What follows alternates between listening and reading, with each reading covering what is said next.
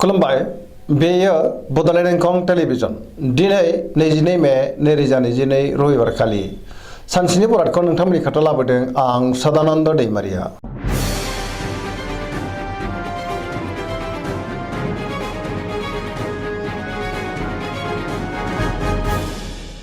सिगां फरायनो लादों मेष राशि गिबि हांखो अ ल। दिनैनि साना जोबोर मोजां गोजोन आरो गाहाम थासारि मोननो हागोन। मावनो लानाय खामानिखौ थि समावनो आरो गोरलैयैनो मावफुंनोबो हागोन। जेरावबो देरहासार जागोन। गोसोखौ दिनै जोबोर गोजोननाय मोनगोन। देहायाबो मोजाङैनो थागोन। बहानिफ्रायबा मोजां खौरां फैनोबो हागौ। रांखावरियाव दिनै जोबोर मोजां गोबां धोन आरजिनो हागोन। बेफार फालांगियावबो जोबोर मोजां मुलाम्फा मोनगोन। आयाबो बांगोन। सोरबा गोजाम लोगोनि हेफाजाब मोननो हागौ। न'खराव बिसि फिसायनि गेजेराव अनलायनाय फैगोन। बिदा फंबायजों मोजां सोमोन्दो थागोन। बिमा बिफानि अननाय आरो बोरखौ मोनगोन। बहाबा थांनांगौब्ला दिनै जोबोर मोजां आरो मोजाङैनो हान्थिनोबो हागोन। गुबुननि गोसोखौ गोरलैयैनो बोनो हागोन। गोसोनि बोलोआबो बांगोन। समाजाव दिनै गोबां मान मोननो हागोन। लाइमोनफ्रा मोजां खौरां मोननो हागौ। गोसोआबो दिनै जोबोर रमान्टिक जागोन आरो गावबा गावनि गोसोनि साननायफोरखौबो फोरमायलायनो हागोन। फरायसाफोरा फरायनायाव गोसो दुंखांगोन आरो मोजां फिथाइ मोनगोन। पजिटिभ एनार्जि गोहोमबो गोग्लैगोन।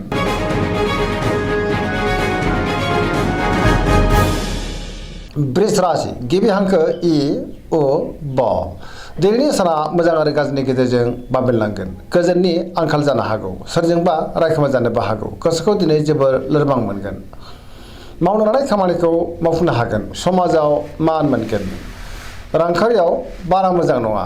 नाङा फाङा खरसाया बांगोन। बेफार फालांगियाव बारा मोजां नङा। गोबां खहा जानांनोबो हागौ। न'खराव बिसि फिसायनि गेजेराव एना एनिबो फैनो हागौ। देहाया दिनै बारा मोजां थानाय नङा। गोबां रोखोमनि देहायारि जेंनाजों मोगा मोगि जानांनो हागौ आरो खस्थ' मोननांनोबो हागौ। गुबुननि हेफाजाबखौ मोननो हागोन। लोगोफोरनि अनसायनाय मोनगोन। गोसोनि साननायफ्रा नाथाय अब्लाबो देबर नांगोन। नेगेटिभ एनार्जिनि गोहोमबो गोग्लैनो हागौ।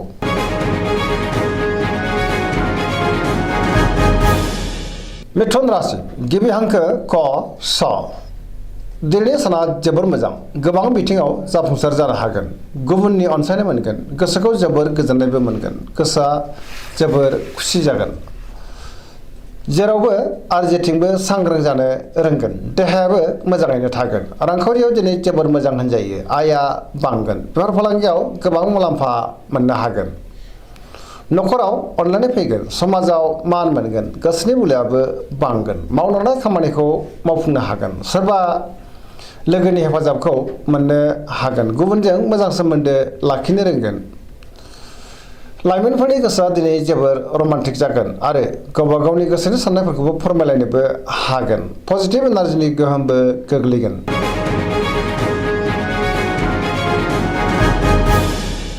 कर्कट राशि गिबि हांखो ड ह। दिनैनि साना जोबोर मोजां। सोरबा लोगोनि हेफाजाब मोननो हागौ। गोसोनि साननायफ्रा मोगथाङाव जाफुंगोन। गोसोआव पजिटिभ साननाय फैगोन। मावनो लानाय खामानिखौ थि समावनो आरो गोरलैयैनो मावफुंनोबो हागोन। रांखावरियाव दिनै जोबोर मोजां होनजायो। बेफार फालांगियाव जोबोर मोजां मुलाम्फा मोनगोन। आयाबो बांगोन। न'खराव दिनै बिसि फिसायनि गेजेराव अनलायनाय फैगोन। बिदा फंबायजों मोजां सोमोन्दो थागोन। देहायाबो दिनै मोजाङैनो थागोन। गोसोखौ जोबोर गोजोननाय मोनगोन। गुबुननि हेफाजाबखौ मोननो हागोन। समाजावबो मान मोनगोन। फरायसाफ्रा दिनै फरायनायाव गोसो दुंखांगोन आरो मोजां फिथाइ मोनगोन। लाइमोनफ्रा जोबोर रमान्टिक जागोन। पजिटिभ एनार्जिनि गोहोमबो गोग्लैगोन।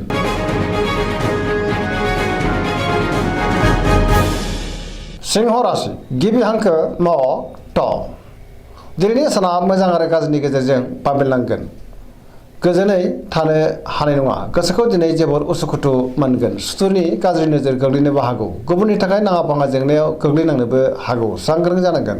गोसोआव गोनो गोथो साननाय फैगोन। मावनो लानाय खामानिखौ मावफुंनो हागोन। सोरबा लोगोनिफ्राय हेफाजाबबो मोननो हागोन।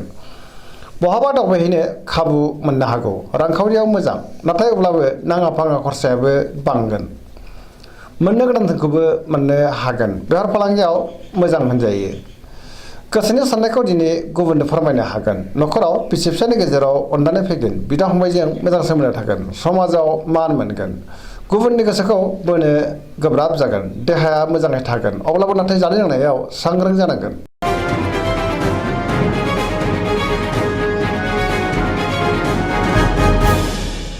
कन्या राशि गिबि हांखो प ट दिनैनि साना जोबोर मोजां गोसोनि बोलोआ बांगोन गोसोआव पजिटिभ साननाय फैगोन गोथों आरो गोग्गो साननो रोंगोन गियाननि आंखाल जानाय नङा रांखावरियाव दिनै जोबोर मोजां नाथाय अब्लाबो खरसायाबो बांगोन बेफार फालांगियाव जोबोर मोजां मुलाम्फा मोननो हागोन देहायाबो दिनै मोजाङैनो थागोन गोबां मुंदांखा सुबुंजों लोगो मोनज्लायनो हागौ नखराव बिसि फिसायनि गेजेराव अननानै फैगोन गोबां खामानियाव मुखुबबो थागोन सोरजोंबा बाख्नाय जानोबो हागौ गोसोखौ दिनै जोबोर गोजोननायबो मोनगोन पजिटिभ एनार्जिनि गोहोम गोग्लैगोन गुबुननि थाखाय गोबां मोजां खामानि मावनानै होनोबो हागोन लाइमोनफ्रा जोबोर रमान्टिक जागोन आरो गोसोनि साननायखौ फोरमायलायनोबो हागोन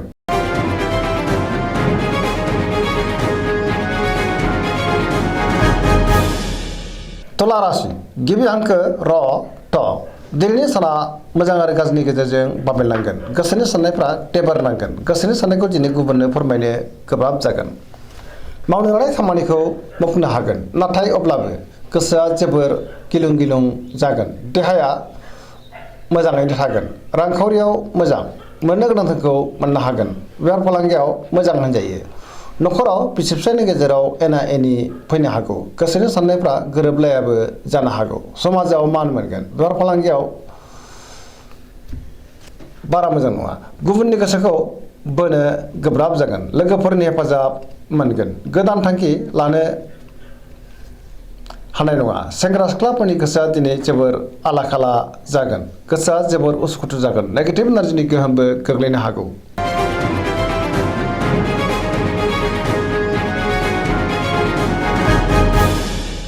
वृश्चिक राशि गिबि हांखो न स दिनैनि साना जोबोर मोजां सोरजोंबा अनजागोन आरो गावबो गुबुनखौ अननो रोंगोन गोसोखौ जोबोर गोजोननाय मोनगोन समाजावबो लोगो लेवा बांगोन सोरबा गोजाम लोगोजों बहाबा लोगो मोनज्लायनो हागौ गोसोआव गोग्गो आरो गोथों साननाय फैगोन मावनो लानाय खामानिखौ थि समावनो आरो गोरलैयैनो मावफुंनोबो हागोन गुबुननिफ्राय हेफाजाबबो मोनगोन गोसोनि साननाया जाफुंगोन गोसोनि बोलोआबो बांगोन समाजावबो दिनै मान मोनगोन नखराव बिसि फिसायनि गेजेराव अननानै फैगोन बिदा फंबायजों मोजां सोमोन्दो थागोन रांखावरियाव दिनै जोबोर मोजां नाथाय अब्लाबो खरसायाबो बांगोन बेफार फालांगियाव जोबोर मोजां मुलाम्फा मोनगोन देहायाबो मोजाङैनो थागोन गुबुननि हेफाजाबखौबो मोननो हागोन फरायसाफ्रा दिनै फरायनायाव गोसो दुंखांगोन आरो मोजां फिथाइ मोननोबो हागोन लाइमोनफ्रा जोबोर रमान्टिक जागोन आरो गावबा गावनि गोसोनि साननायखौबो फोरमायलायनोबो हागोन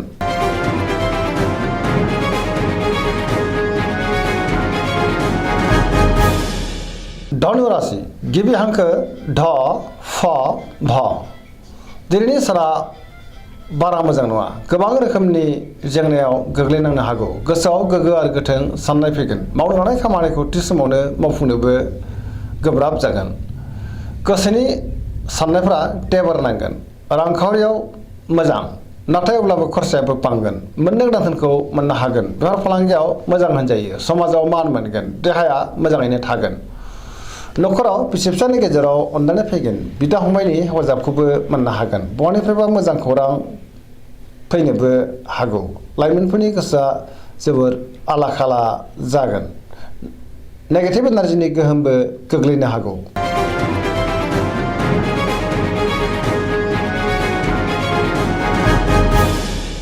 मकर राशि गिबि हांखो ख ज दिनैनि साना बारा मोजां नङा गोसोआव गोग्गो आरो गोथों साननो रोंनाय नङा नेगेटिभ एनार्जिनि गोहोम गोग्लैनो हागौ गोसोनि बोलोआ लोरबां जागोन गोसोनि साननायफ्रा टेबार नांगोन रांखावरियाव दिनै मोजां होनजायो आयाबो बांगोन मोननो गोनांखौबो मोननो हागोन बेफार फालांगियाव मोजां होनजायो गुबुनजों मोजां सोमोन्दो लाखिनो गोब्राब जागोन माबा नङा माबा मोनसे हेंथा नुजानो हागौ मावनो लानाय खामानिखौ मावफुंनो गोब्राब जागोन गोदान खामानिखौ जागायजेननो हानाय नङा नखराव बिसि फिसायनि गेजेराव एना एनिबो फैनो हागौ बिदा फंबायनि हेफाजाबखौ मोनगोन देहाया मोजाङै थागोन सेंग्रा सिख्लाफ्रा गावबा गावनि गोसोनि साननायखौ फोरमायलायनो हागोन फरायसाफ्रा फरायनायाव गोसो दुंखांगोन आरो मोजां फिथाइ मोननोबो हागोन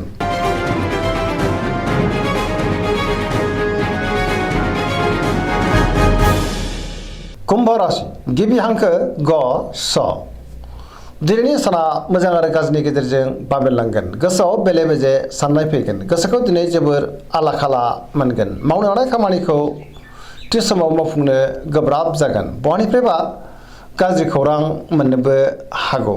गुबुननि थाखाय नाङा फाङा जेंनायाव गोग्लैनांनोबो हागौ। सांग्रां जानाया गाहाम। समाजाव मान मोनगोन। गोबां मुंदांखा सुबुंजों दिनै लोगो मोनज्लायनोबो हागौ। रांखावरियाव मोजां, नाथाय अब्लाबो खरसायाबो बांगोन। बेफार फालांगियाव मोजां होनजायो। देहाया मोजाङै थागोन। न'खराव बिसि फिसायनि गेजेराव अनलायनाय फैगोन। बिमा बिफानि अननाय आरो बोरखौ मोननो हागोन।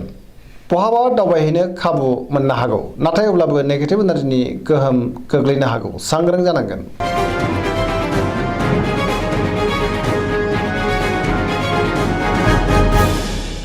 मीन राशि गिबि हांखो ड स।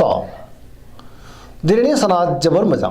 गोग्गो आरो गोथों साननो रोंगोन। गोसोखौ जोबोर गोजोननायबो मोनगोन। गोसोनि बोलोआबो बांगोन। मावनो हानाय खामानिखौ थि समावनो आरो गोरलैयैनो मावफुंनोबो हागोन। सिगांनि बबेबा जेंनाखौ दिनै सुस्रांनोबो हानो हागौ। गोदान खामानियाव आखाइ होजेननो हागोन। गोसोआव पजिटिभ साननाय फैगोन। गावनि गोसोनि साननायखौ दिनै गुबुननो फोरमायनोबो हागोन। देहाया मोजाङै थागोन। अब्लाबो नाथाय जानाय लोंनायाव सांग्रां जानांगोन। रांखावरियाव जोबोर मोजां। आयाबो बांगोन। बेफार फालांगियावबो जोबोर मोजां होनजायो। न'खरावबो दिनै अननानै फैगोन। सोरजोंबा बाख्नायजानो हागौ। लाइमोनफोरनि गोसोआ दिनै जोबोर रमान्टिक जागोन आरो गावबा गावनि गोसोनि साननायफोरखौबो फोरमायलायनोबो हागोन। पजिटिभ एनार्जिनि गोहोमबो गोग्लैगोन। दिनैनि राशि फरायनाया एसेनोसै। जोबनायाव बेखौनो खावलायो जाहाथे नोंथांमोना सानफ्रामबो जोंनि बे बड'लेण्ड इंखं टेलिभिजनखौ नायबाय थायो आरो साबस्क्राइब खालामो, लोगोसे लाइक खालामो आरो शेयार खालामो। एसेनोसै, गोजोन्थों।